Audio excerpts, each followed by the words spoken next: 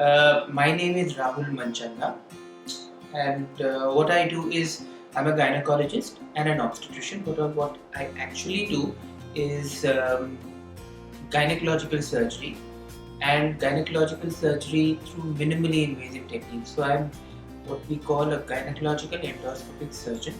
So I'm qualified to do a gynecology and obstetrics, which is delivery of babies as well. So that's what I do.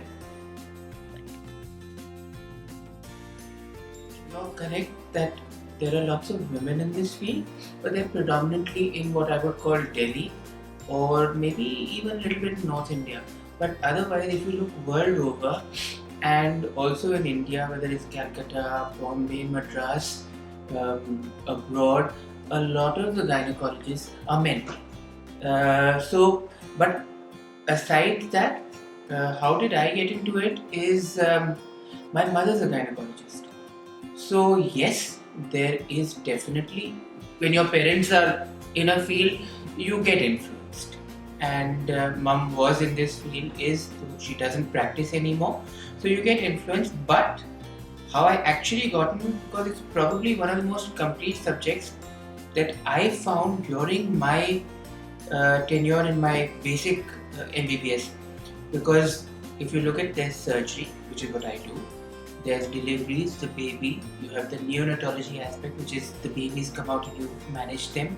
You have even the community health aspect of looking into whether it's the vaccinations or it's looking at prevention of cancer cervix, women's health.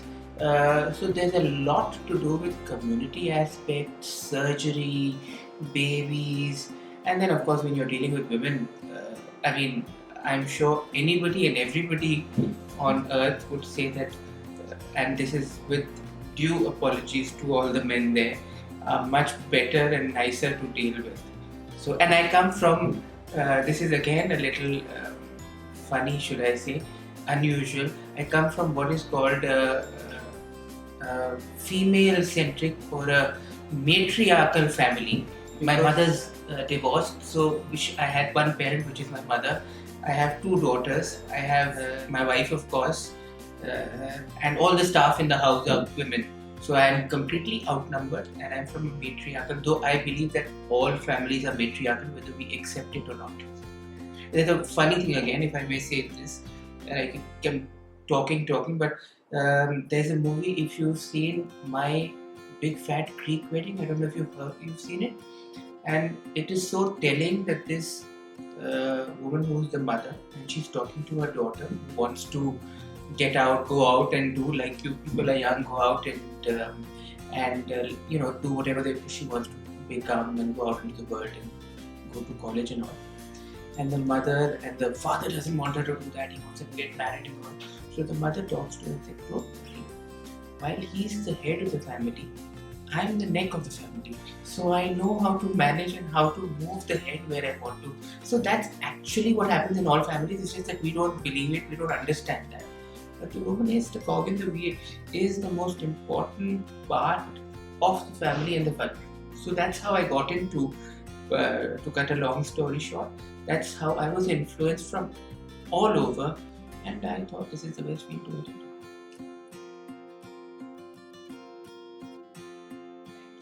Oh, completely supportive. I'm sure they're worried. I'm worried, but the point is, supportive, yes. Like I said, women, I told you the story of my big fat Greek wedding. Women are generally very supportive, and my family is no, exception to that. Very supportive. Nobody says anything. I'm sure they have it in their minds. But you carry on, you have to work. There's no question about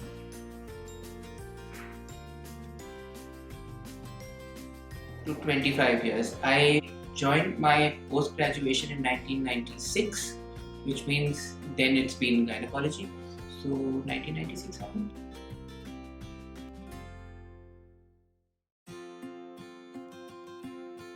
That it really depends on the individual. It's not male and female, it's the person, the individual, as to how sensitive or empathetic they are to your problem. So, and once the woman knows, the second thing, knows that you're there to look after them, you're there to take care of them, they have the confidence in you. I always tell, I just need one meeting, one talk with my patient, and by and large, then they will not leave you. So they need to have that confidence, and that's with anybody, be it man or woman. So that's important. It's been enriching and a great journey, and I'm looking forward to the rest of it.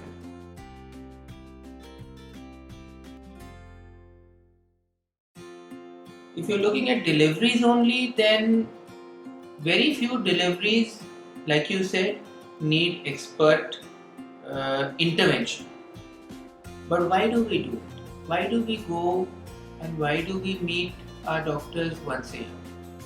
Well, we should meet our doctors once a year because we know of the problems that can happen and we want to take. We're looking at preventive medicine.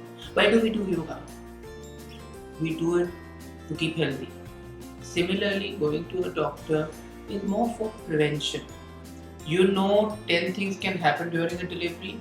You want to be as certain as possible that they don't happen during your delivery. So you go to that and you meet the doctor and you take all precautions you have to be that.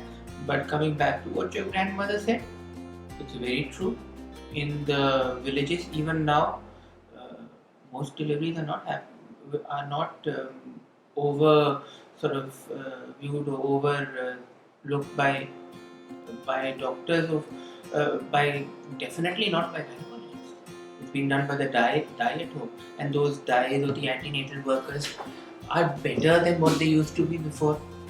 ज़माने बिल्कुल नहीं होता था कुछ. Now you have them with the hemoglobin kits. They check your hemoglobin. They know that just by getting your hemoglobin up, you can avoid many problems. So yes, as we go on, as things develop, things are going to be, going to change. But if we get into a rut, we definitely will become a little mechanical. And to an extent, all our lives have become. हम सुबह जाते हैं काम के लिए, फिर आ जाते हैं वापस. What this thing has taught us, this pandemic has taught us, is to, or some of us, like I was talking to you, is that not to be so this thing, to actually go all those things that come up, sit and have your coffee and smell the coffee and say, how lovely. वो वाह ताज जो होता था, जो हमारे ज़माने में होता था, जो ऐड होता था, वो sorry, I come back to that again, but it is actually what you should do. You realize what is really important. But it's true, we straitjacket ourselves. We know doctors have to be like this. I'll give you a funny story. When I came into practice, which was 2000, after finishing my MD, my post-graduation from 1996 to 1999, then came into practice. I looked much younger. I didn't have a pot belly. अब थोड़ा सा है. I didn't have white hair. So I was not a doctor. लोग मुझे देख के बोलते थे कि कौन बच्चे के पास भेज दिया. I actually got, why the funny story is, now I have glasses. I actually got glasses made so that I looked the part, and I had them made, and I still have few photographs of those that I used to wear. I went and I did the whole spiel of finding out how to get my hair colored white, which people advised me against. So we straitjacket ourselves into certain things, which we should not. But having said that, the other extreme is for a doctor to be going to work in shorts. Now you wouldn't go, however emancipated you are, you don't want your gynecologist to be coming in to examine you in a pair of heads and shorts. At least I would. I must be honest. So, whereas abroad, I've seen people going to work in shorts also. So, there has to be some sort of a healthy medium. But we straitjacket ourselves and we become more mechanical in that role. But that's what makes us, people who are not so, push the boundaries, become different, and we need to adjust with changing times.